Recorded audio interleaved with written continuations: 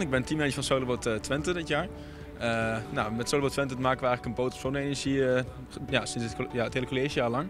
En doen we mee in de race in Monaco, onder andere. En eigenlijk daarbij ga je een jaar lang van alles ontwikkelen en dat test je aan de hand van de race. Dat is best wel gaaf. We staan hier vanavond om eigenlijk op zoek te gaan naar nieuwe teamleden. En hopen dat we ook een paar stationsstudenten kunnen strikken daarvoor. Omdat zij toch iets praktisch zijn ingesteld. Af en toe knopen kunnen doorhakken. We hebben zelf nu 14 studenten van de Universiteit Twente. Allemaal vrij theoretisch ingesteld. En we hopen dat Saxion ook hun invloeden kan toepassen bij ons.